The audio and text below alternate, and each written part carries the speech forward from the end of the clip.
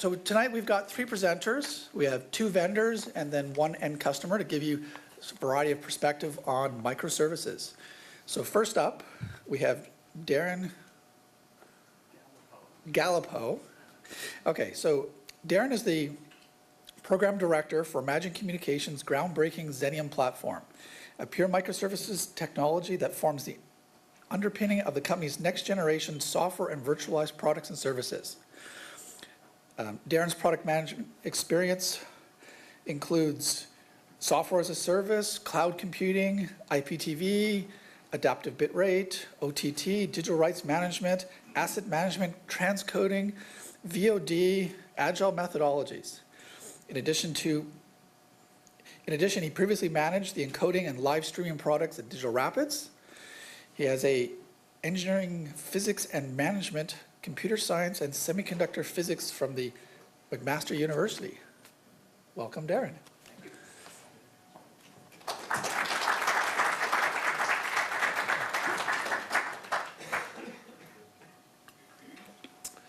Okay, so what I will be doing is providing an overview of microservices, describing what they are, how they differ from monolithic style applications, where they're a little bit of a benefit, and why they're relevant and potentially appealing to the broadcast and media space. Okay, so to start off with some context of where we are today and how we got here. So traditionally in a lot of broadcast processes, what we would typically see employed as big iron appliances, big dedicated rack-mounted servers that provide a very limited and sort of defined set of functionality. These are still in use today, partially because of existing infrastructure, but sometimes because they're still the best tool for the job. But what we started to see is a transition away. We started to see a transition towards software-based solutions, COTS-based platforms, soon followed thereafter with virtualization and cloud-based deployments. These are sort of the buzzwords that have kind of come up over the past 4 to 5 years. What we're hearing more about today is containers and microservices. And what microservices really are is that evolution from that big iron black box approach to solving broadcast infrastructure and workflow problems, and how to actually leverage some of the best benefits from a software-based perspective and how we can use them to be competitive in our space. Okay, so oftentimes when we refer to microservices, it's in comparison to a monolithic architecture. Monolithic architectures are sort of the traditional software application design, and they're generally better than the dedicated big iron appliances, but there's still a lot of limitations with a monolithic architecture style. And so when we're referring to it, we're often going to be discussing microservices as they compare to monolithic applications, which is really what most of us are familiar with when we're talking about software applications, software development, and solution architecture. Okay, so what are microservices? Basically, they are both an approach to software development as well as to solution architecture and operations management. So they're not just a different type of software application, but they actually span also a solution design and an operational design. Effectively, what you do is you break down your problem into their smallest possible elements, or you break down your application into their smallest possible elements, manage them as separate processes with defined standards-based interfaces, chain them together to solve a particular solution, and that would be a microservices style deployment. This is actually the first of 2 quotes from Martin Fowler. I like it because it's succinct, but it also clearly describes exactly what microservices are. In short, the microservices architectural style is an approach to developing a single application as a suite of small services, each running in its own process. So you can think about an example in our sort of traditional broadcast chain. Take, for example, a transcoder, a linear transcoder application, where what you might have in a traditional model is a set of ins and outs and a set of parameters that you can control. So in a linear transcoder, it might be a set of output parameters for the encoding, a set of input, maybe specifying the IP in the port and the distribution IP in the port, but otherwise you don't really see any of the underlying operations of that linear transcoder. With microservices, you could conceivably separate each of the different elements in that linear transcoding chain into their isolated services. So for example, you might have a service that's just responsible for doing the UDP sourcing. You might have one that's responsible for doing the transport stream PID picking. You might have one that's responsible for just demultiplexing or performing the video format conversion.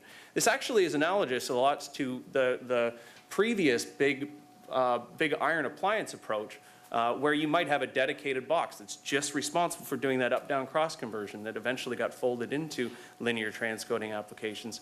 Well, in this approach, rather than bundling everything into a big application, the idea is that you separate them as much as possible, and there's some reasons for that that we'll go into. Okay, so let's compare monolithic versus microservices style deployments and how some of the characteristics differ. Oops. So first off, a monolithic application, typically they embody multiple business cases, multiple business approaches, and multiple different technologies. So in a monolithic application, you're basically going to have multiple different features that apply to multiple different use cases. Because of that, these interdependencies can potentially conflict with each other, and it actually has some downstream consequences. By comparison, microservices are isolated by definition. So they are an isolated piece of technology. Versioning. So in a monolithic application, what you typically have is a set of new features that get brought into one big build, and that one big build becomes the next version that I'm going to release. What this means is that you have to wait until that new version is available to get access to one small facet of that release. Maybe there's a new H.264 encoder, maybe there's a new transport stream multiplexer, maybe there's a new, well, what have you. You have to wait until the vendor releases this as one big monolith before you can access any one of those. By comparison, microservices permits you to have continuous innovation. What this really means is a much more frequent access to the individual compartmentalized technologies that might make up your particular processing workflow. It also goes to say that this is obviously much more complex when you're talking about a monolithic application. Everything is tied together, and you need to be concerned with any modifications to that monolithic application because it's going to have potential impacts on other facets of it. And again, by definition, microservices are more simple and less prone to some of those problems. Monolithic applications are more closed. And what we mean by this is that you don't get to see the internal operations of that application. Basically, again, you're operating within a sort of black box mentality. A half step away from that might be something like Adobe Premiere's plugin technology. This allows you to add new technologies within the framework, but you're still somewhat constrained to that larger application. By comparison, microservices have to be open. We strive to work against, as much as we can, standards-based interfaces, both standards-based interfaces for a control plane as well as for the data transfer. And if you do so, then you can actually have a much greater visibility as well as much greater control over what individual pieces are actually being utilized for the various parts of your processing chain. And then we typically talk about how they're cloud-enabled. At best, a monolithic application can be brought into an image of a virtual machine and then brought up to the cloud and then run in the cloud. And that's really more about porting something that's really targeted for bare metal and then putting into the cloud, rather than cloud native, which is where you actually develop with the benefits, the scale and sizing benefits that a cloud-based deployment offers you. And then finally, horizontal scaling versus vertical scaling, which I suppose depends on if you're standing or laying down, but the idea is that in order to instantiate multiple new channels or multiple different sets of functionality, you have to bring in the full application to achieve it. Instead, with microservices, you might duplicate just the one relevant facet that's appealing to you. So an example might be a playout server. With horizontal scaling, to instantiate an additional branded channel, you have to instantiate a full broadcast server. So broadcast server, and each of those will have different branding entities. Within a vertical scaling model, you can just have individual branding engines off of that same originated channel. So it allows for a different level and a different type of scale. So I often like to refer to Lego as a comparison of microservices and their approach. And the reason for that is actually threefold. The first of which is that Lego actually has a common interface. So between every single Lego piece, it's a common interface that can talk to every other Lego piece. Second is that, yeah, there's some bigger pieces of Lego. For the most part, what they end up being is these very small compartmentalized, excuse me, these very small pieces that you then build up together to create a much more ambitious or a much larger whole. And the third is that it still allows for sort of customized pieces where necessary. So you still leverage this common set of individual Lego pieces, but you have to acknowledge that there are going to be times where you need to have a customized one little feature, maybe because you're going to make a dragon wing or something. Okay, so some of the additional risks associated with a monolithic approach is actually related largely to the fact that all of the functionality embedded into that application is supplied exclusively by the vendor. And what this means is the vendor gets to choose, based on their business priority, over whether or not they're going to update or respond to any of your feature requirements as a customer or as an operator. What this basically means is that the vendor gets to control which individual new features you're going to have access to. And the additional downside is that every time they add a new feature, the code grows. The code evolves, it becomes more complex, which typically means that it introduces more regressions, more potential bugs. It becomes more brittle. And so as you add more and more to that monolithic application, not only is it under the control of the individual vendor, but the code gets more difficult to provide a solution to you for. So it's more prone to bugs. It can take longer for them to give you a solution. Finally, the addition of a new feature would require a coordinated effort. And that really kind of goes to the whole versioning control side of things that I was referring to. Okay, by comparison, microservices offer a number of benefits, the first of which is a greater efficiency. So take, for example, a Microsoft Word application. This is a very robust Word or text editor application, but maybe all I want is to access just its spell check functionality.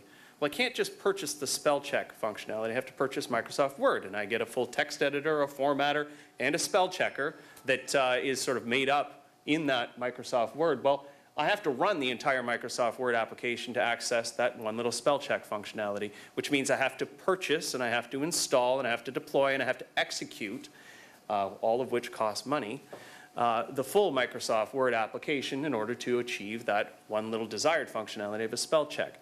So if you take a microservices architectural approach, you can actually have a much more cost-effective and efficient model.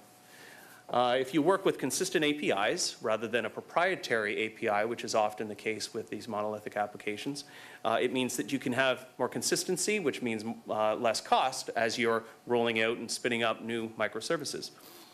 We refer to it as aim small, miss small. So this is really the concept that if the deployment process is a smaller set of functionality, when you're trying to add a new process, that's the only thing that gets taken down. The other processes that might be a big monolithic application, if you're trying to add something new to it and you take down all of the functionality that that's bringing to the workflow, well, that can have a much bigger effect. And then finally, there's the concept of maximization of resources. And the analogy I'll use there is if you imagine a vessel, a jar, that represents your operational compute capacity. And you were to fill that jar with a set of bowling balls, so big monolithic bowling balls. Conversely, if you fill that jar with a set of pebbles, you can maximize the use of that operational capacity. And the same sort of concept goes to your operational infrastructure. On the flip side, if you were to deploy it in the cloud, what it means is that you're only going to utilize and pay for that which you're actually utilizing. You're not actually paying for the additional overhead of those larger monolithic applications where you might not be utilizing all of the functionality that's included. But really, one of the biggest benefits of microservices is the concept of innovation. So access to new technologies more easily. Rather than having to wait for that big monolith, you can access new technologies, add new technologies, explore them, just by bringing in that new isolated microservice. And this is probably one of the biggest benefits. So As an example, if you just had a media processing workflow, this would be an example of a file-based workflow, and you wanted to transition from H.264 encoding to HEVC, you could do so by simply swapping out the AVC or adding in the HEVC microservice. And finally, there's a much better means of collaboration. And that collaboration is not just amongst multiple vendors, but between the vendor and the actual operator. And what this means is that the operator or the broadcaster or the customer has the option to actually employ their own microservices through their own development efforts. They can leverage third-party development efforts by accessing their microservices and then stitching them all together to create what is, for them, the best workflow case, rather than having to be tied into big, large monoliths to achieve the same. Okay, so I'd like to comment on virtual machines and containers, and Mike's actually going to go into this in quite a bit more detail. But the one comment that I'd like to make is that oftentimes what we end up hearing is the use of the term containers or Docker at the same time as microservices. And certainly there's a synergy, but they're different concepts. The fact is that virtual machines and containers are deployment infrastructure considerations. They're how you actually set up a resource to actually operate. What you run on that may or may not be a microservice. By extension, you could actually run a microservice on a bare metal machine. Most people wouldn't do that because you're not really benefiting from a lot of the things that microservices can offer you. But they're different concepts, they're different terms.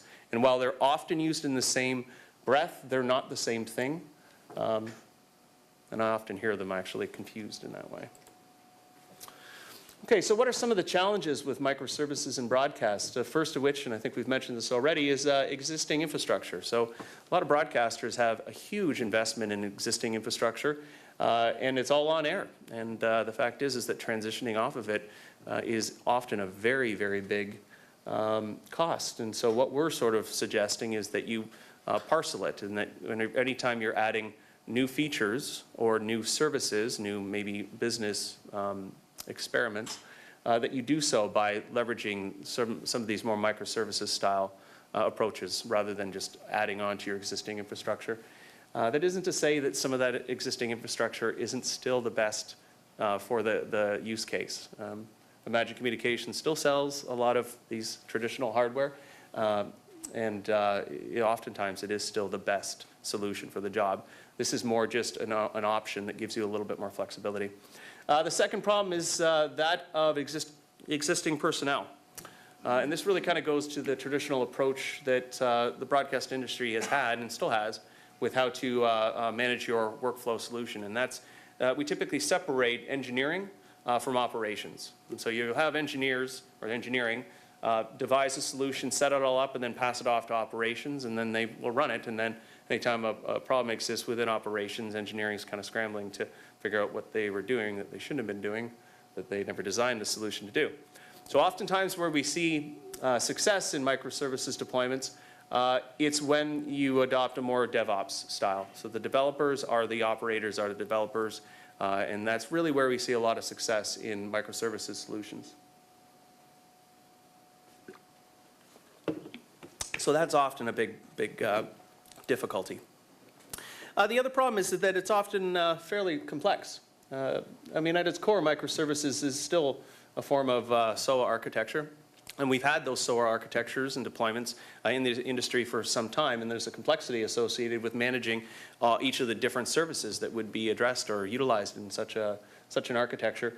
And we've seen problems there. And so again, that orchestration is often one of the biggest hurdles. There are technologies out there to do this today, but for the most part, this ends up being a task for the operator or for the solution architect, at least in the broadcast space.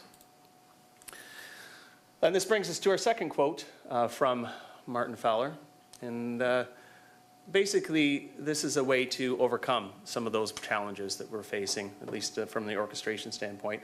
And the key part here I want to key in on is the smart endpoints and dumb pipes. So again, you don't want to spend time with complex messaging standards or mechanisms between the various microservices. You want them to be as simple and as standardized as possible. So from a standards perspective, from a control plane, you want that to be using RESTful APIs, web services-based APIs. From an actual data transport in the media space, you want to use standardized transport protocols such as 2110 or 2022-6, that sort of thing, so that you're not talking about proprietary mechanisms between them. And again, this is all in the goal of smart end pipes and dumb pipes. So, as new as the topic of microservices is to the broadcast industry, or relatively new, it's actually not very new from an overall standpoint in other industries. It has been successfully utilized in telecom, web hosting, security, financial, and as quite a breadth and a depth from a pure software development standpoint, that there's already a lot of tools out there that service this, at least maybe not from the orchestration standpoint, but certainly from the implementation and tool standpoint.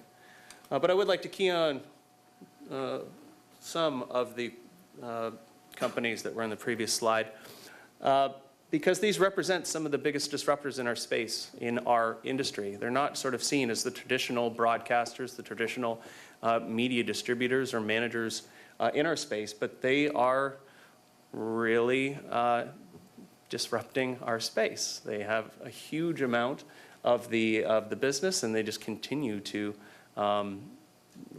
continue to explode. And basically, what we're suggesting is that microservices is a potential means for our sort of standard space to address a lot of the competitive impact that those companies are adding. It doesn't help that they've got a heck of a lot of money, but this is one way to do it. And one of the things that we're sort of saying, or one of the things that we're suggesting, is that microservices are a means to explore new business opportunities. It's not going to be because of those existing challenges of existing infrastructure. It's unlikely that you're going to completely overhaul your entire operations infrastructure as a broadcaster by leveraging microservices. But what this does do is it offers you a means of exploring new business models, new business ideas, that maybe as an executive you can say, well, I need to explore a new business opportunity and do so in such a way that it doesn't disrupt my bread and butter operations, because we've got to keep our standard broadcast on air. And the suggestion is that microservices are a good means of doing that type of exploratory, experimental business attempts. Okay, so what makes this more viable in the broadcast and media industry? Well, really, it's the convergence of three things. And it's not like we haven't seen them coming, but really the speed that CPUs can offer today from a processing standpoint, the size of network capacity that is available today, and the convergence of standards like 2110. Altogether, these kind of bring this as more of a reality, whereas before we had to operate with things like an SDI cable and BNCs, and those were those traditional ASIC-based or FPGA-based processing elements, whereas today a lot of that can be done in software. Even if you're processing something like UHD, it can be done in real time in software. Yeah,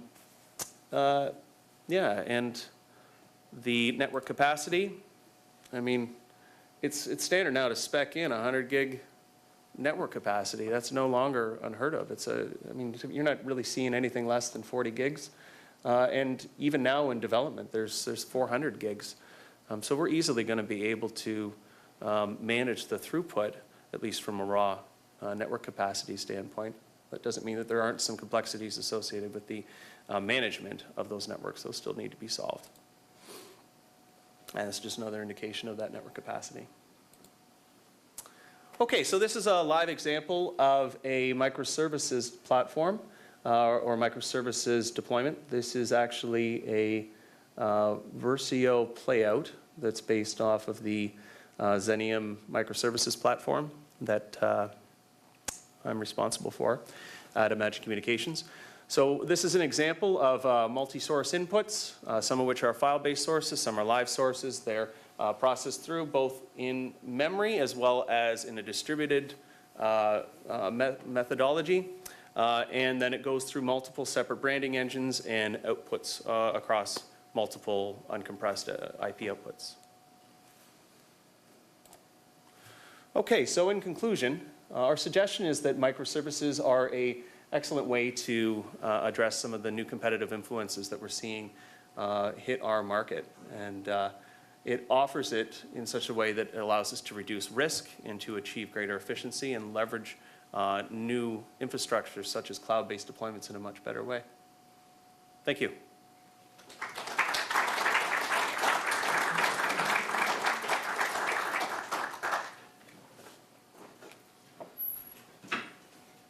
Any questions for Darren?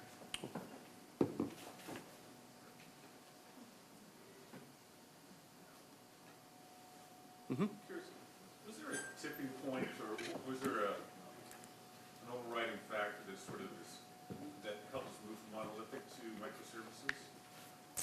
Well, I think it's an evolution. I think that, for example, in a lot of the content distribution world, it always used to be HDKMSR tapes, and there was a tsunami, and that basically destroyed a lot of that manufacturing facility, which meant that people who had been sort of experimenting and considering software-based file distribution kind of said, well, we have to do this now because it's just no longer financially viable to continue with tape-based workflows. So it kind of kicked off in that file-based domain. It's not yet here, I think, for the most part, for live linear distributions. We as vendors are developing solutions, but we're largely exploring the space just the same as our customers are.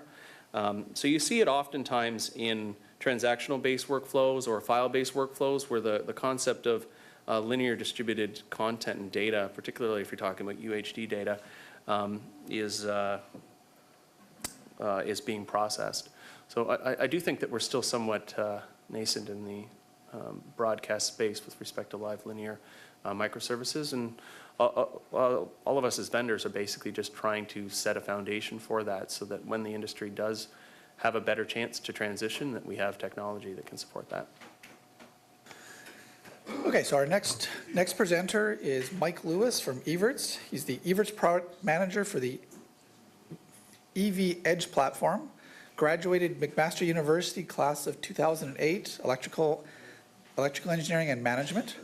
Spent a few years doing technical sales in the manufacturing space, but was eager to get back to a technical world that he loved. He started in Evertz in 2011 doing design verification engineering. Still with Evertz, he's now the product manager. In 2017, he was asked to take on the VX Edge virtualized processing product line. He's presented at the SMPTE Toronto Boot Camp and has presented at and participated in the VSF interop sessions. Currently lives in Hamilton with his amazing wife, Rebecca, and that's all in caps amazing. So, thank you, Mike.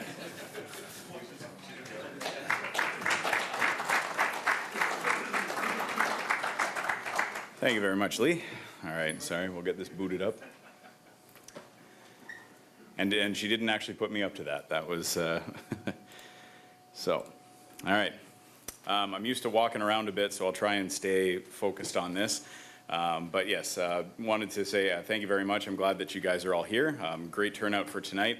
This is a very important topic in terms of virtualization, microservices, and all of the things that we're moving towards. And so I wanted to give a little bit of perspective. The three of us presenting talked beforehand, and I think it's going to be good. You're going to get a couple of different things, certainly Darren focused on some of, microservices. Why are we doing this? Where are the advantages? I'll talk about things from sort of the broadcast, at least the live linear playout sort of side of things. And then I know Mike, when he comes up as well, is going to be talking a little more on also some of the file base. And I'm really excited to hear how they've actually used this to do. So I'm not going to steal your thunder, man. But anyway, so really, really good that we get three different perspectives here. So just by way of an agenda, I want to talk a little bit first about, okay, virtualization microservices. Let's have a really basic understanding or definition of what these two things are. The second part, I want to talk about, well, what's the role of IP networking? Why have we been talking about IP for so long, and how does microservices bring us to that next step? Why do we want to move to virtualization? So I'll, leap off some of what Darren had said and give a little bit of flavor there. And then the other thing is then transitioning into, okay, we're all from media company backgrounds. How do we leverage this sort of technology? Or what are the challenges that we might see? And what is the best way forward to navigate through this space? So virtualization, what is it?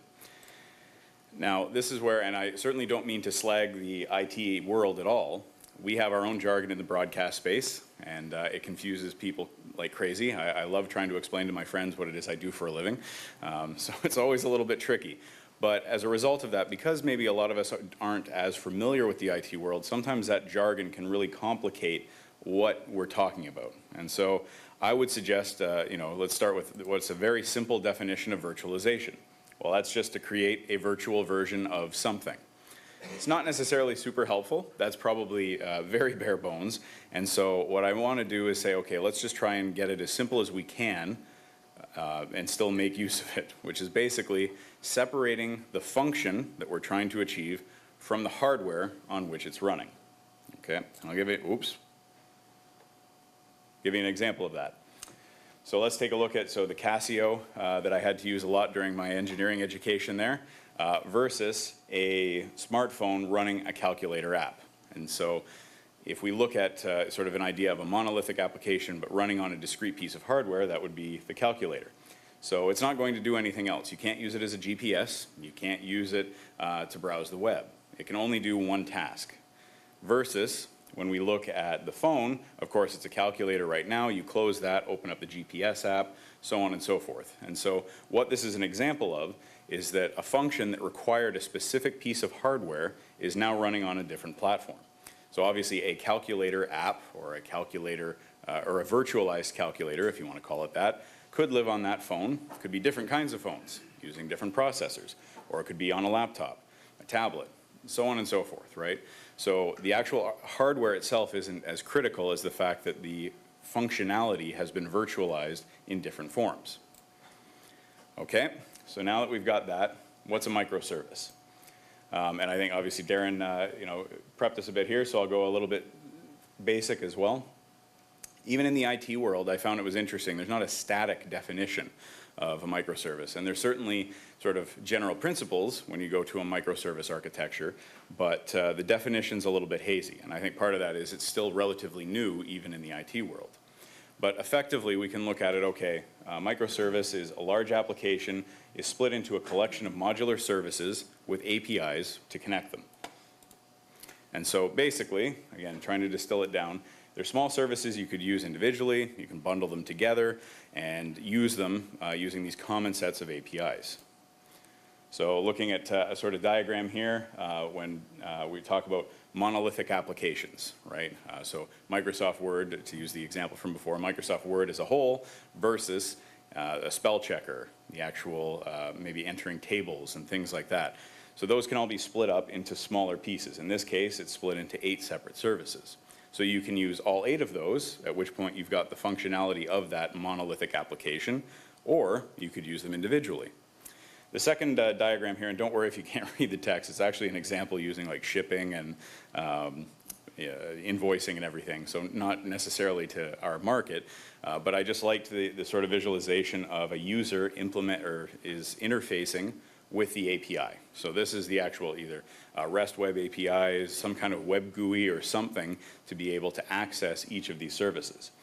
And likewise, those services, while they're all doing a very different thing, they all have the same interface layer. So they can all talk between one another or to the user through the use of this API.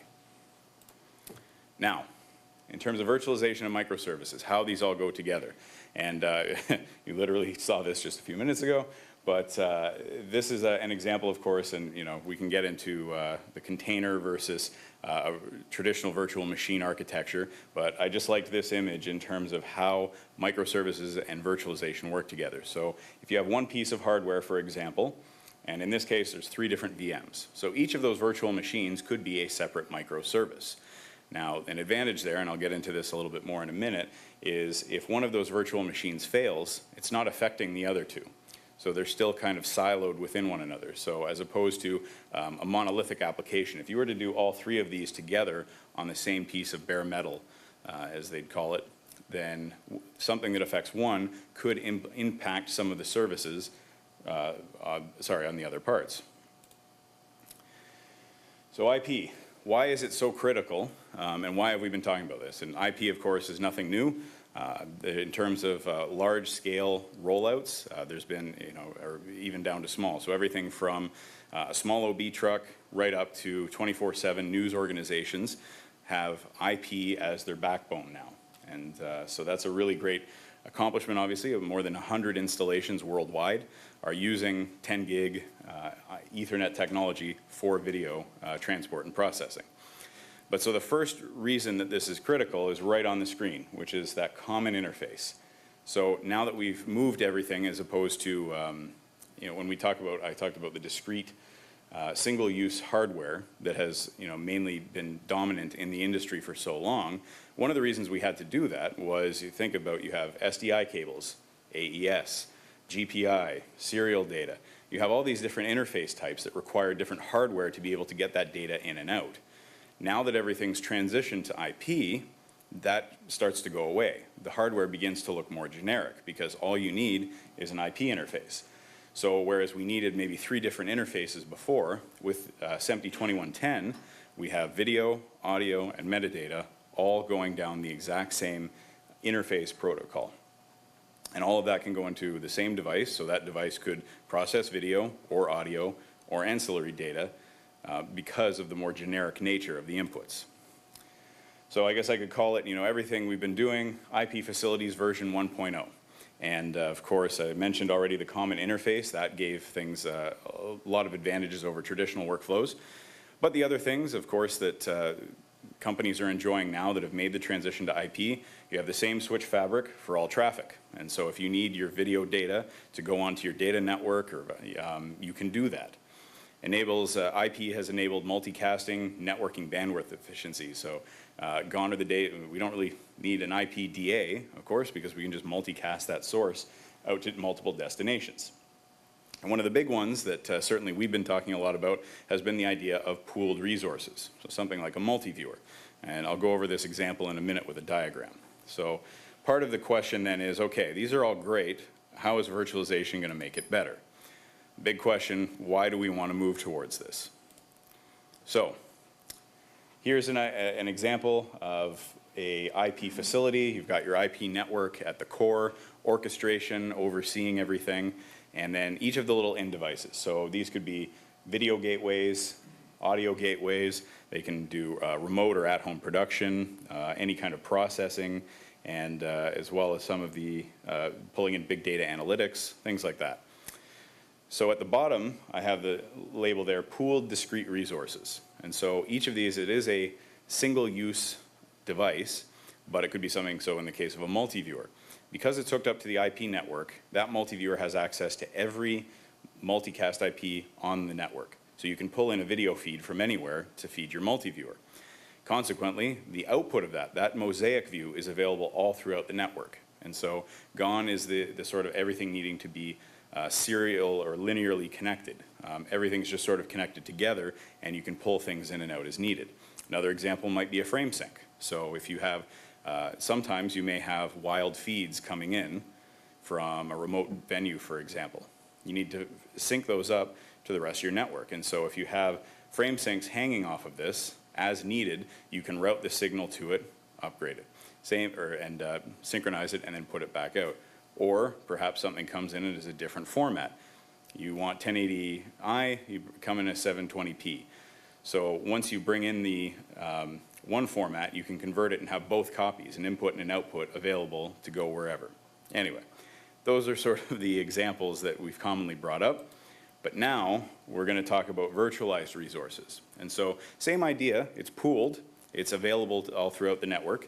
But now instead of saying, okay, well, I have X number of multi-viewers or frame syncs or converters hooked up to my network, with the virtualized resources, it's, okay, I now have a pool of compute attached to my IP network, and I can change that to whatever I need. So it gives you that extra layer of flexibility. First, we had interconnection of all your signals as a benefit. Now it's now it's being able to choose what you need on the fly. So zooming back out a little bit, why microservices and virtualization? Why do we want to look at some of this? And so one of it is use what you need when you need. And so if we keep things finely grained, you have the flexibility to focus on what you need to get done and not buying something that you're only going to use 20% of, right? And that's something that we've definitely seen, trends in the industry have gone from, everything occupying a single device to one device taking on a lot of features, and now we're kind of talking about going the opposite way. So that's one thing, though, is just in terms of using what you need, or perhaps licensing only the features that you need, so giving more control in terms of cost. Efficiency. So rather, sort of a similar concept here, actually. I'm kind of blending these two together. But the processing power is not being wasted on stuff you don't need. And so once you've finished with a task for one piece of compute, that's freed up. It can now be used for something else. And so it's increasing the amount of time that you're able, increasing the amount of time you're able to use your compute resources. Let's say, for example, if you have an event that only happens for 2 months of the year, normally you'd have to have all of this sort of equipment dedicated to it, and then it can't do anything else for the rest of the year. It just kind of sits vacant. With a virtualized infrastructure, you can say, all right, for the 2 months, this compute pool is going to be used for this. Afterwards, I can reprovision it for something else. And so that gives a lot of power in terms of efficiency. Isolating faults. So if things are being taken apart into individual microservices, or at least smaller chunks, it can be easier to figure out where a problem had occurred, or at least when a fault occurs, it's not going to bring down a whole lot of other things with it. Now, there is an issue here, which is, of course, and I'll talk about this in a minute, is, okay, well, how do you manage that? If you have tons of microservices running, how do you know which was the cause? And so this is where, for example, when we talk about big data analytics, machine learning, and some of the logging functionality that is starting to come out in the industry, that's where this sort of thing is really, really important, because trying to manage this manually would be a nightmare. And so having some machine learning, some intelligence behind it, is going to be able to help you be a little more agile in how you respond to faults. Faster development. And so DevOps, Agile, are going to be things that you hear when you're talking about, or when you hear people refer to microservices. And so what this gives you, of course, is that it should, emphasis on should, this is of course new, it should be faster to get new features, bug fixes, so on and so forth, because if it's a smaller piece of code, then it's easier to fix that up. Again, this is in theory. But certainly, I mean, from what we've seen in our development of some of the core microservices that are going out, it's, the turnaround was much faster in terms of, I heard one team say, all right, we got to get doing this and this. And I thought, there's no way this is coming together in 2 months. And then sure enough, I see it working in the amount of time that it would have taken us much, much longer to get this service going, because it was attached to so many other functions. And so that's a real benefit, certainly from us as a manufacturer, but then also hopefully distilling that down to you guys to be able to say, look, now we've developed it and you can get updates faster. Adaptable. Microservices and virtualization enable you to be able to pivot much more quickly as workflows change. So again, rather than buying a giant chunk of gear that's going to do a certain functionality, and then when something changes, you have to buy more gear, and then maybe the stuff becomes a paperweight, maybe you use it for door stops, I'm not sure what happens after that. Hopefully you can repurpose it, but what we're looking at now is, well, you have this compute capacity, the applications change, now it's just a matter of changing the licenses or the software on it so that you're not having to recable everything. So that kind of covers that part. Now I want to get into a little bit of the meat and potatoes, which is, all right, so looking at the IT world and their use of microservices, what sort of things are the same, what sort of things, predominantly I want to focus on what's different, and then what we can do about that. So, first of all, media companies, a lot of times 24/7 operations, news, sports, those sorts of things are running all the time. Versus in some of the IT use cases where these have microservice architectures are deployed, can be much more occasional use. And I don't see anyone frowning or throwing anything at me, so hopefully my stupid joke there wasn't too poorly received. Anyway, the idea that some of the things that we are going to have as media companies on air 24/7, the benefits when we talk about, okay, well, you're able to, let's update this or change this, realistically is not going to happen that often. Or are you going to spin up and down a service? Not if it's already on air. And so that's one of the challenges in looking at it, is to say sometimes, while we may want to use some of the advantages of these virtualization ecosystems and microservices, there are times where things aren't going to change and we just need to let them run. So that's one aspect to sort of consider there. The other is what we're doing. So rather than just the timing, is what sort of services do we need? And so in this case, this is sort of, a standard path that a lot of video happens when it comes into a facility. We ingest it. Maybe it needs to be decoded, frame sync to the rest of the facility. Maybe it needs to be converted, video, audio processing, all of the ANC features like closed captioning. If anything's going out to air, it's got to get that added on. And so some of these things aren't going to change. Some of the processing blocks are going to be consistent. And so if you think about spinning up and down individual services, if you need to bring up a new channel, how many people will want their operators to say, all right, now we need a new channel, now just spin up these 30 microservices and get this up and running? There's a lot of, that's a little scary for some people, certainly in the conversations we've had for them, as opposed to saying, let me hit the easy button, this is my template for a channel, this is what I need to get deployed. And so in some cases, that workflow is going to be much more attractive. Also complexity. And so this is something even amongst, or in the IT world, that can be a concern as well. And it was alluded to earlier that the management of this has to be very, very carefully considered. And I mentioned, of course, big data analytics, machine learning. So being able to monitor everything that's going on with all these different microservices at once, rather than, once it reaches scale, you can't do that individually as a person. And so it certainly is something to that.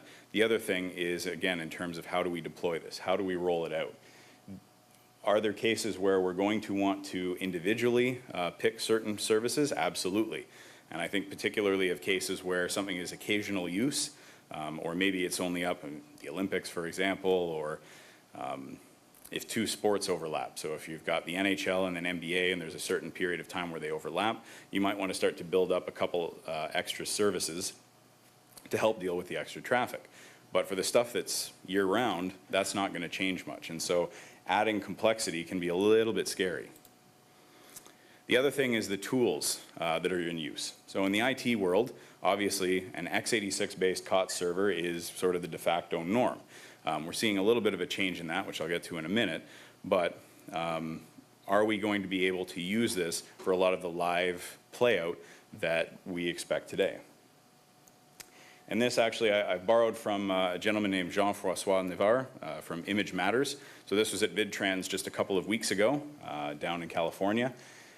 And he talked about differences in CPU, GPU, and FPGA processing. Now in this case, he uses an example that I'm not sure anyone in the room is super concerned about at this point, 8K video processing, maybe some of you are. And so it is a bit of an extreme example in this case. But basically, you can see some of the parameters that he's looking at. Hopefully, that's okay to read for some of you towards the back. But the key ones here where you see CPUs and GPUs falling short are in things like interface performance, so the actual interconnect, timing latency, and then, of course, the processing per dollar. Or he has euros, of course, up there, but same thing. Versus then on the FPGA side. We can get the interface performance, the timing latency we need, and also much less processing per dollar. So those are some of the considerations that he has. Obviously, one of the trade-offs with an FPGA versus CPUs and GPUs is flexibility. So spinning things up and down is not going to be quite the same. There's still lots of flexibility you can get. An FPGA can be reprogrammed, obviously, as needed, much like you could have programmed on a COTS server, but still a little different. There's not as many of those layers of abstraction. Another thing to point out, and some people do have questions about, well, can you really be virtualizing an FPGA? Well, as a matter of fact, yes. And Amazon, in their EC2 instances, offer all three. So a CPU processing service, GPU processing service, and with F1, FPGAs in the cloud. And so this is something that we start to see that there's going to be the right tool for the right application. And interestingly, if I can just right from their website, if I pull this up here to make it more clear, one of the use cases they suggest for the F1 service is real-time video processing. And so they're even kind of positioning this for FPGAs for their real-time video applications. So something obviously we're kind of looking at and interested in as to what they're doing in that realm. So the key is not to say, you know, one tool does not define virtualization or microservices. Rather, there's a bunch of tools in our kit. We don't have to pick one to the exclusion of all others. Instead, it might make more sense to do a mix. In the case that Jean-Francois Navarre gave in the last one, 8K video, not going to use a CPU for that. However, there might be some applications that we have in the broadcast space, even in live video production, where something CPU-based is going to make sense. One example I can think of, I know Dolby, and they've told me this, I'm sure they've told other people as well, they've started prioritizing x86 development. And so maybe audio is going to live there first. Maybe that's going to make sense.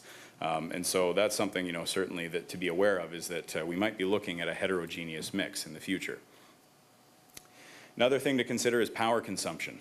And so these are numbers actually, so not generated from us, this is from a customer that shared these with us in the testing that they've done. And it's a major, major difference. So about a 10-fold increase in power from using CPUs versus FPGAs. And in the case of the deinterlacer, 1 watt on an FPGA versus 12. And so major, major difference there. This allows obviously higher density. So you're not going to have to deal with as much heat to dissipate, as much power, and also the FPGAs, based depending on which one is in use, is going to be capable of processing many more paths of video than a CPU.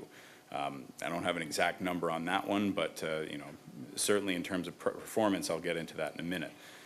But so this was a case of someone talking to us at, you know, different trade shows and saying, well, I want to go this way. They talked about CPUs. Then they came back to the next trade show and said, tell me about your FPGAs. Because they tried to spin up a lot of services and quickly saw when they were trying to reach the scale that they were looking at, it wasn't going to work, at least for their application. Again, there may be cases where it would have been fine. But I think they tried to put everything on these servers, and he quickly found out that wasn't going to work. Another thing is deterministic latency and performance. Familiar view for many of you who use Windows. You can see obviously that as CPUs are churning through things, there's going to be some variance. And so what can happen is these don't necessarily scale linearly. So if one application uses 20% of your CPU resources, it doesn't mean that each time you add another service, it's going to add 20%. The other thing, so the latency can change through that as the CPU is servicing different, it could be different API calls or anything else that the host operating system needs to do. The other thing is performance. So CPUs, it's, you know, certainly in terms of performance, do continue to increase year over year. But I want to say it was over a period of about 6 years, instructions per clock went up about 15% on Intel processors. Not a huge amount. So instruction level parallelism is getting harder and harder to come by, and that's why we're seeing CPUs with more threads or more cores. So you can run multiple threads, but if you're looking at a process that is inherently serial, so everything has to be processed in sequence, suddenly you don't really get the benefit of that. And so that's one of the challenges there as well. Finally, I took this picture from Newegg.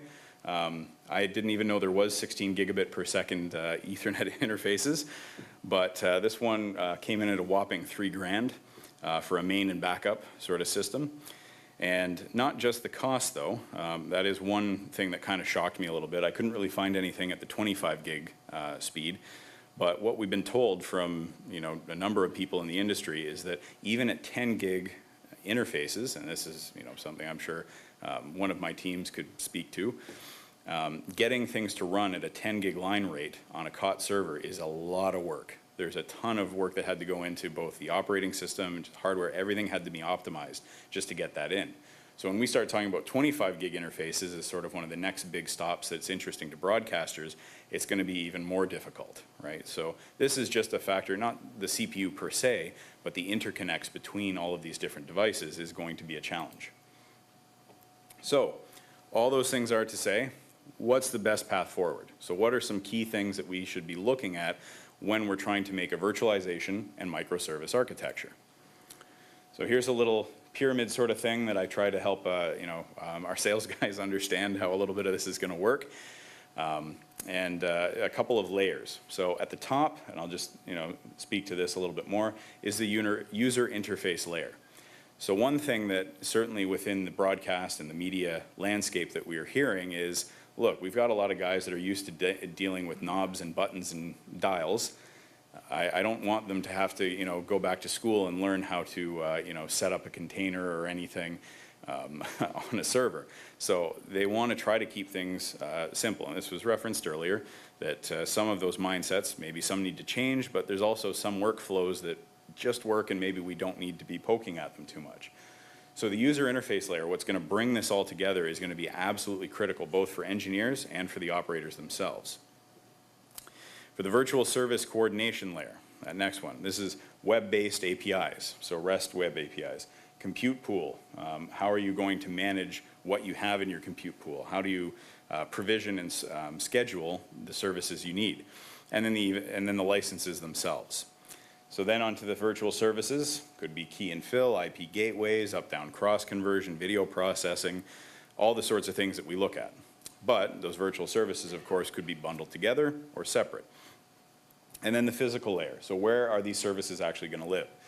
So I think the ideal system needs to be prepared that we're going to have FPGA compute blades, x86 COT servers, and then also, to a certain extent, getting things up into the public cloud, wherever it makes sense. So architecting a system that's agile and can understand how to interface with each of these devices and deploy the service that makes the most sense onto a given piece of hardware. So in terms of the licenses and APIs, so I talked a little bit about occasional use versus 24/7 operations. So one thing is on the question of software licensing. Now, maybe one use case may be, look, I'm going to put this up and it's going to stay there for 5 years. In that case, I want to buy this software license perpetually. I want to own it, right?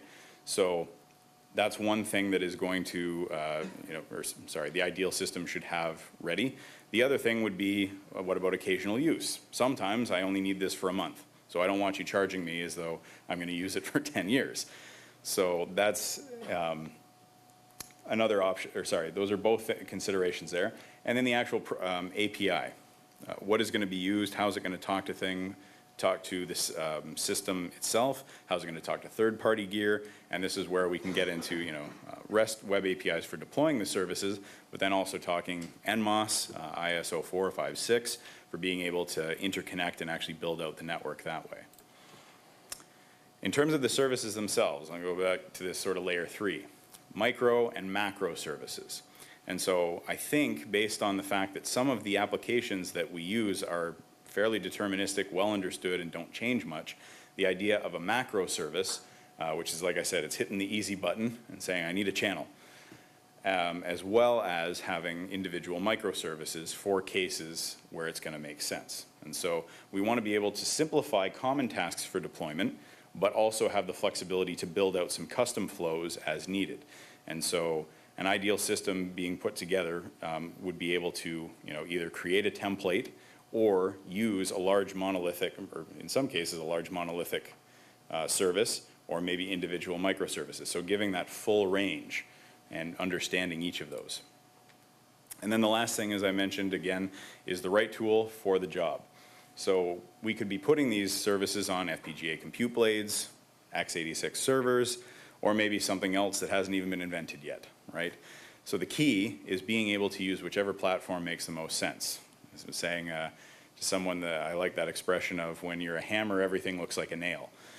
We want to get away from that and just say, look, here's my toolbox, here's all the things that I can use, this makes the most sense, put it there.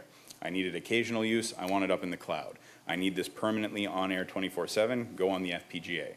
Ideas like that. And so setting up this sort of system is going to be critical for that. Now maybe I thought that was my last slide, and so just by way of, sort of where is this going to be practically used, without getting into too much, and certainly if you guys are coming to NAB, come see me. And I can talk more about it there.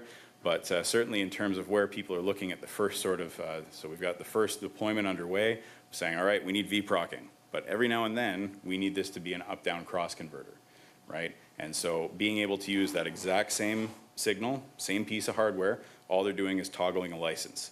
And so I'm really excited to, not going to talk about it much here, but we're excited to see that up and running. And, the first sort of virtualized deployments are happening now. So, yeah, absolutely. Take a look at this technology. I'm excited to hear what Mike's going to share, and we'll see how we can use this going forward. Thank you.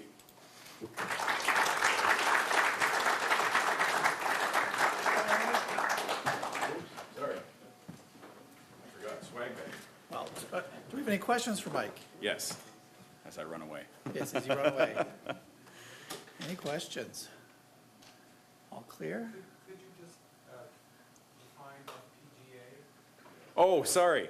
Oh, dear. I thought I did a good job defining most of them. Field Programmable Grid Array. Gate array. Gate array. Gate. Yeah. Could you give a few words about it, just so, What, sorry? could you say a few words about it, just so some people can pick up on it? Sure, sorry. So,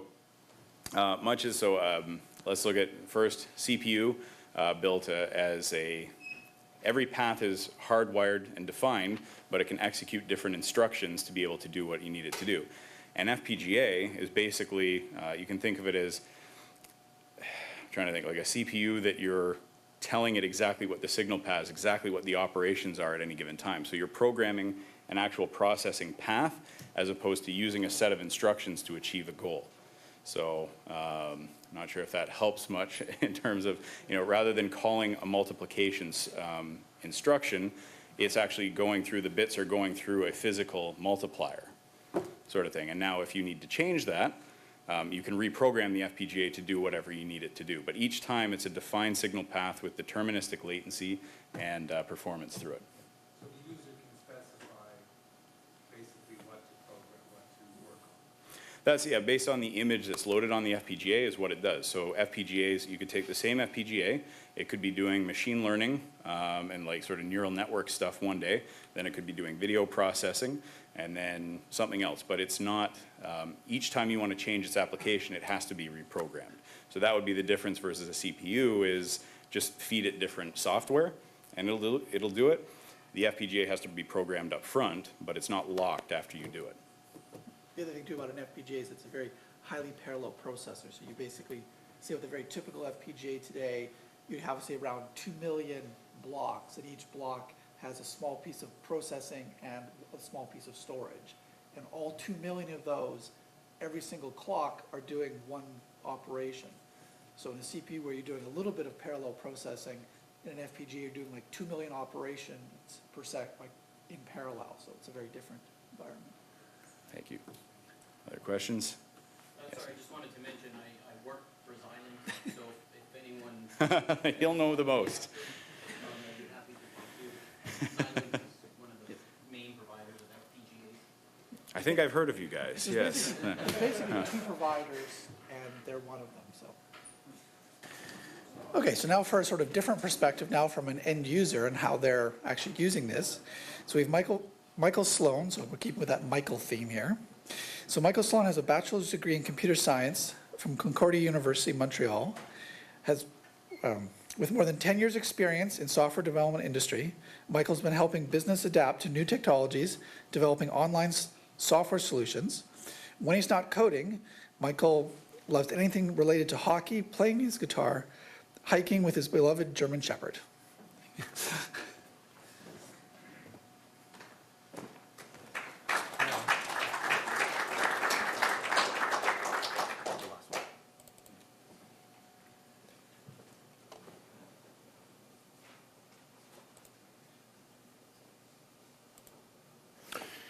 So my bio was a little bit shorter, not too much about me actually. So this is my first time presenting in front of a crowd over here, so be a little easy on me. My objective today is to actually show everyone that with the use of containers and microservices, we can do file-based media orchestration. So a little about me, I'm located in Montreal. And our team is basically dedicated to anything around file-based media orchestration. We work in conjunction with some of the media engineers very closely.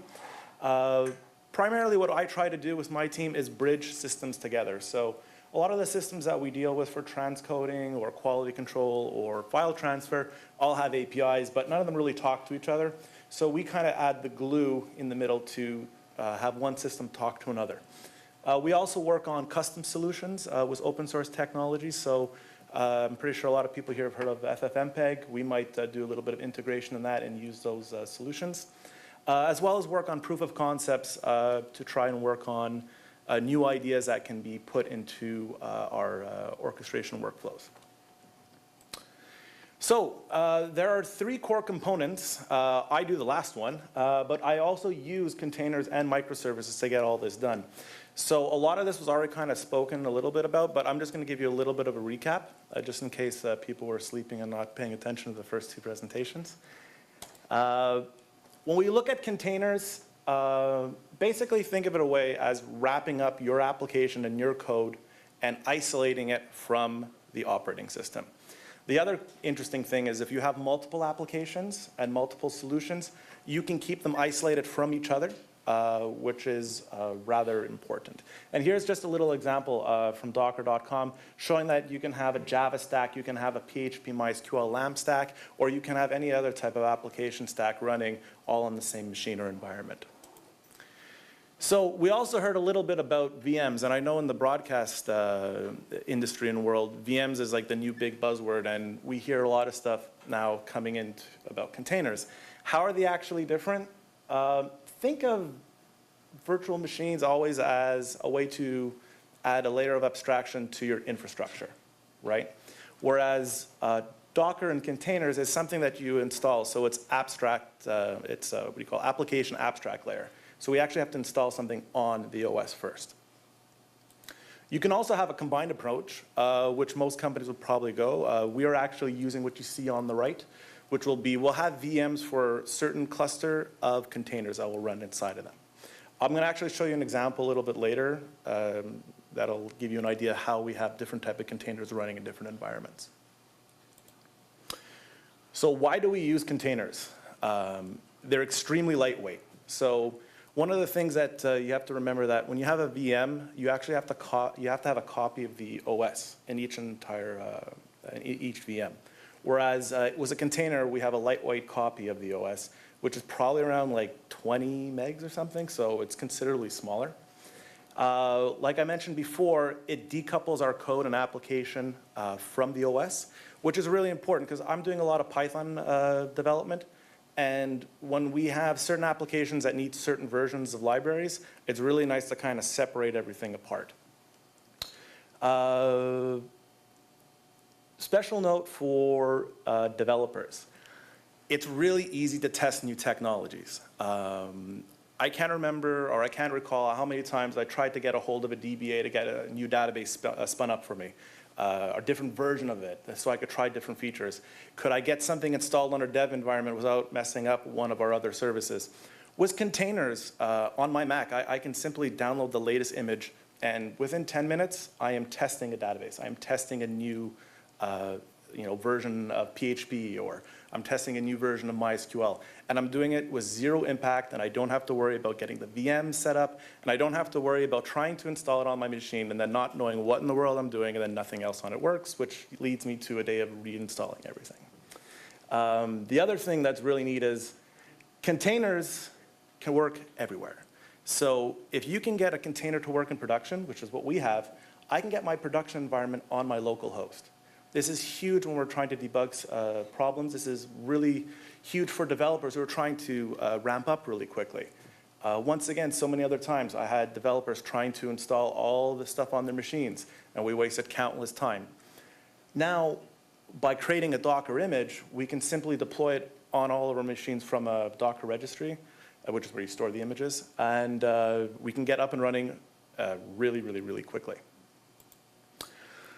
So now we're going to talk a little bit about microservices. And the reason why microservices are important, like we mentioned before, is they're all decoupled, or loosely coupled, I should say, systems. They're all independent from each other. So we already saw this quote over here. The thing is, what I would like to focus on is basically developing an application as a suite of smaller services. I'll add one little word to it, manageable smaller services.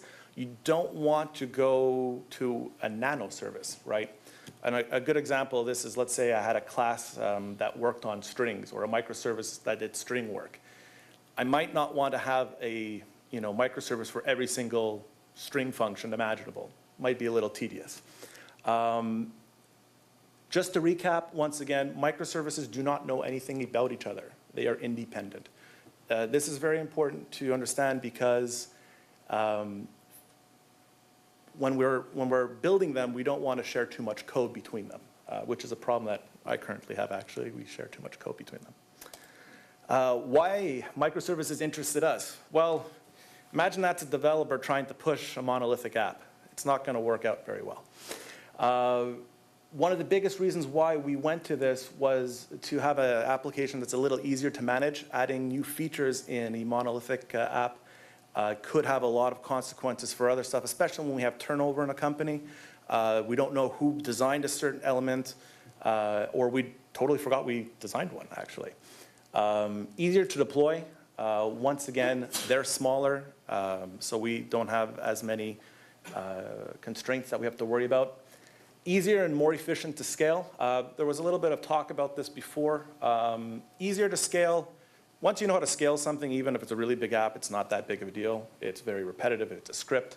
But efficiency is a whole different section. So imagine I have an application and I have a lot more transcoding jobs. Why would I want to scale 20,000 lines of code when really all I need is a little bit more compute power? So this is an example where we can actually scale more FFmpeg servers, for example, or more task runners to do that type of work. One of the more important things is it eliminates the long-term commitment to a technology stack. Because we're containerizing our code, because we are using microservices, I'm no longer stuck to running a massive Java application, for example. Maybe I want to try something in Python. Maybe I really want to upgrade one of my old Python 2.7 libraries to Python 3. Maybe I want to do it in PHP. Whatever your choice is, you're not committed to it. So this kind of empowers your developers to try new things and to be innovative. So how did we apply this to file-based media orchestration? Over the years, we had a lot of requests to build stuff together and glue all these different services together. So we came up with something that we call SIM, which stands for Service Infrastructure Media. So once again, we are just bridging a lot of different systems together with our own kind of middleware that acts as a microservice. So here's media orchestration at a glance, at least for some of the work that we do at Radio Canada. Essentially, everything that you see at the bottom over here is a microservice. So SIM, think of it as a collection, once again, of microservices. None of these guys over here know anything about each other. They interact with proprietary boxes, and they can also interact with custom code that we built or custom APIs that we built. On top, you'll see something called a Signet Manager. Does anyone know what a Signet Manager is here? Okay, great. So essentially, since my microservices don't know anything about each other, I need someone who kind of has a vision of them and can glue them together to create a workflow. So that's exactly what Signet is doing in our case. Signet will make a call to each one of these to build a workflow. So it could be as simple as just moving a file somewhere, moving a file, transcoding a file, and you'll have different API calls to each one of them. So here's a little bit of a more detailed view. At the beginning, we saw how we could use both containers in a virtual environment. So here's an example of our web API server, which actually has multiple containers running in them. All right? And these are all RESTful APIs. And then we have something that's actually really important, and you're going to see the Celery worker servers. We'll get into a little bit more detail on this, but essentially, this is where a lot of the heavy lifting goes. This is our application stack. As you can see, we don't use one technology. We have a lot of stuff going on in the background. So let's take a look and see how it all works together in action. Essentially, what we're doing over here is we're using Python 2.7, not the newest version 3. We've been a little lazy, so we haven't gotten to upgrading everything. And we're using Flask. Flask is basically a RESTful API library. It facilitates all of our routing, all of our controllers, all of our, object relation modeling as well. We're using MongoDB as our storage engine. So that's a NoSQL engine, basically document-based. You could use anything. We just happened to have it in place before I started, so we continued using it. In the middle, you'll see something called Elk Stack. What Elk Stack stands for is Elasticsearch, Logstash, and Kibana. Essentially, if I want to log something in my application, if I want to catch an error, it's going to be stored in there. It's basically a way for me to debug, and it's also a way for me to track performance on certain things as well. To the right-hand side, we're going to see something called RabbitMQ and Celery workers. This is really not a big part of microservices, but for my application, it's a huge part. I'm going to explain that right now on the next slide. Essentially, this is asynchronous task queue and message brokers. It's a lot of buzzwords to basically say, queue it, and when you have resources, do it later. So why do we have to do this? As we all know, audio and video clips can take a lot of time to process. It's not something that happens right away. It's not getting your latest tweets on Twitter or getting your friend list, which can be easily cached or is a very, very quick index call from a database or API that's accessing it.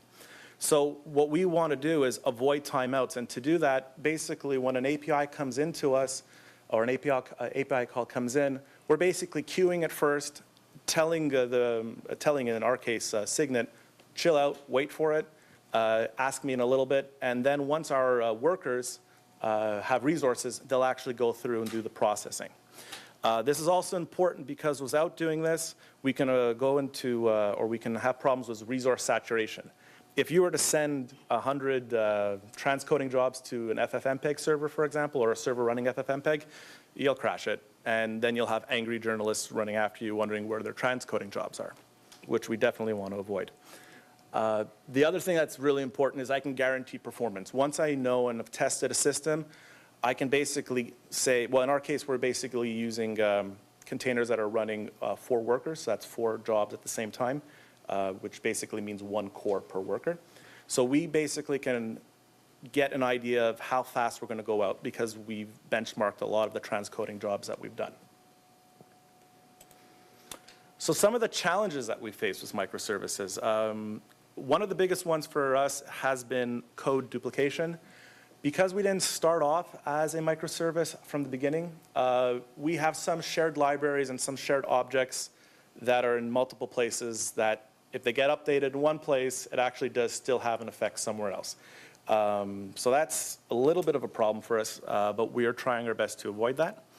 While debugging in an individual system is very simple and much easier, you can see by that little diagram there, if you're somewhere in the middle and you're not really sure how it failed and you didn't catch the error or the condition properly, it can be a little tedious, but that's where the Elk Stack thing comes in. You have to log everything. Data management. Yeah, if you're not separating all your databases, you can have a couple of issues because you actually might have some code that's accessing data the wrong way. The other thing, too, to mention is if your data is separate, so let's say we have a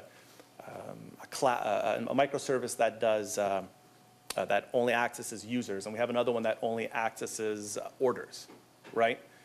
We might actually have to create another microservice to aggregate this information and run reports on later. So that's something you have to keep in mind because to stick to the true definition of a microservice, they are independent. They don't know anything about each other. One last little thing that it didn't affect us, but I thought it was important to mention was you can have increased network traffic and potential latency issues. So you have to build this into your code to make sure you're kind of handling these type of scenarios. Not a big problem for me because our application is only handling, maybe 5,000 requests a day. But imagine you added a couple zeros and you're at 5 million. well, it's something you might have to consider and keep in mind. What do we have planned for the future? As I mentioned before, we want to further decouple our shared libraries and database elements from some of our code. We also want to move more towards continuous integration and automate our deployments. Something that we plan on using for our deployment automation will be Jenkins, which will actually build all of our code and build all of our Docker images and then deploy it. And then something that's coming further down the road is spawning containers on demand for a task. So right now, a lot of our containers and VMs are always there. They're always running. So our web API has to stay there because I can't turn it off after a request because someone else actually might need to use it. But now imagine I get into an FFmpeg type of solution. I might not need to have 4 cores or 4 servers steady for it because I might have other jobs for other processes that might need those resources. So what we want to get to is eventually having the opportunity to launch these task-based containers to do certain work when needed. So now I'm going to bring you on to a case study. So this was one of the things that came up around 2 years ago. It was supposed to be for the Rio Olympics, but it didn't work out. But we got it to work this year. So basically, this is going to be about audience measurement with Numeris. Numeris is a company basically that does all of our audience measurement for us. It's essentially putting a watermark on the audio files. And you can see those little pagers. There's people across the country who are paid to have these on. And when it hears that tone that's encoded in the audio signal, it'll send a ping. And then at the end of the month, we know who has the best ratings. Okay? So why did we look at building this service? We were currently using Rosette carbon coders to do this work, but they were coming close to the end of life and support. So we wanted to see if we could do this quicker or faster or better. So we basically built a workflow to do it. This is a Signant workflow. This is exactly what we have in production. It looks really simple, but it took like close to a year to build. Let's get into a little bit more detail on this. So what I want everyone to see here is that each box that you see on this screen represents a microservice, right? So we'll make a call on each box, and each one of these API calls will trigger a task in Celery, right, or a task in the queue. Celery will actually spawn the task, and once each task is done, we write to the database that we are done, and then finally, Signant knows, okay, I have something, I'm complete, let me go to the next job, and that's how we cascade through this over here. So I'm going to get into some of the microservices of importance here. The 4 that you'll see are demuxing, silence detection, audio watermarking, and remuxing. So I'll start with the demuxing one. For those of you who aren't familiar with that, essentially when we are doing or processing these files to do the watermarking, we're given MXF files. The watermarking can't really work on an MXF file, so what we have to do is split it up into its video and audio files, and that's the first step. The second step for us is to do the silence detection, and the reason why we need to do that is you could have different profiles. You could have a clip that's in surround or stereo or mono. Essentially, if we try to encode an audio track that doesn't have any sound in it, it crashes and gives us error 2. It took us a week and a half to figure out what error 2 meant, but with the help of Numeris, we actually ended up figuring that one out. Finally, we have the watermarking microservice. This was an application that actually comes from Numeris, and we have it installed on one of our servers, and we basically just pass a command to it. Once again, we queue it because this actually takes a little bit of time. And finally, at the end, we have a bunch of files that are all separate from each other, so we have to, remux them and then finally send them to their last location. So it's nice to have a bunch of microservices, but you also need a visual way to represent this to your clients. So this is just a little Angular front end. It's going through a massive overhaul because this is not the most user-friendly thing on the planet, but it's at least something for our clients in Toronto or Montreal to track what's actually going on. So they can see what's the last action on the last job that they sent in. And furthermore, we can dig down a little bit deeper and we can see all the tasks that are associated with a job, when they were started, when they failed. Once again, each one of these is your actual microservice call that's going on. Performance. So not only did we build something, but it actually worked pretty well. We were able to process a 2-hour clip in around 35 minutes. Compared to what we were getting in Carbon, Carbon was giving us something that was around real time plus or minus, depending on some of the amount of load that you're sending to the machine.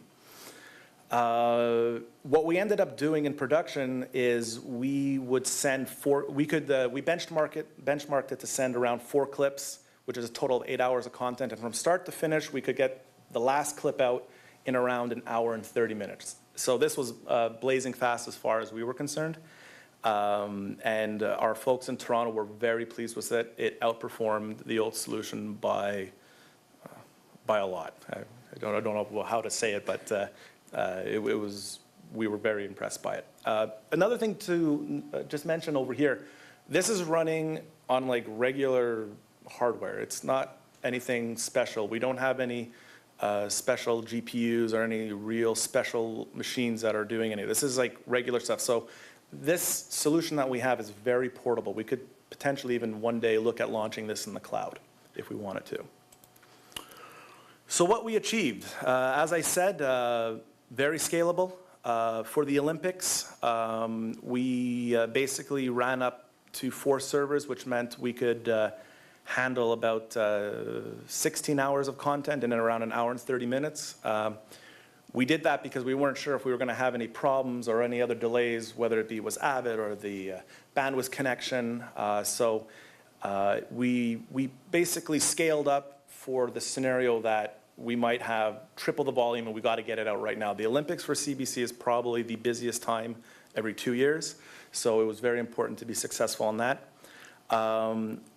We're also doing all of the English file-based encoding as well since around September, and we've had absolutely no problems with it. So once again, this is a lot of work from a lot of different people. We probably have around a team of 6 people who did a bang-up job on it, and a lot of collaboration from both the folks in Toronto and in Montreal in the engineering department. So that's about it for my presentation. This slide took the most time to do and cost the most amount in treats because I tried to get my dog to do its head tilt. So I'll open up the floor to questions and ask away. Nothing? How many agents are you running in your Signia? We have, I know we have an agent in Montreal and we have an agent in Toronto. We only have 1 manager right now. I believe so. I don't really deal with the setup of Signet. I basically build a lot of the little boxes that Signet will call to get into our stuff. So I'm really not sure how many agents we have, but I know we have at least 2, right? Because we have 1 in Montreal and 1 in Toronto. We only do have 1 manager though, which is in Montreal. Okay. And Signia's doing a lot of the driving of it. Right. It's actually, we use a lot of the watch folder capabilities of Signet, which will look at folders, and then when they see a file, they'll send over the API request to all the different components inside. So, I mean, if we didn't use Signet, we would probably have to either use another media orchestrator. We did have some talks about looking at using Node-RED, which is it's kind of it's a Node.js or Node-RED, something like that. Anyways, it's a way to basically connect tasks together, and it can be used and developed into a media orchestrator. But we're not there yet. Signet is it's actually treated us fairly well, so we're probably going to stick with it for the time being.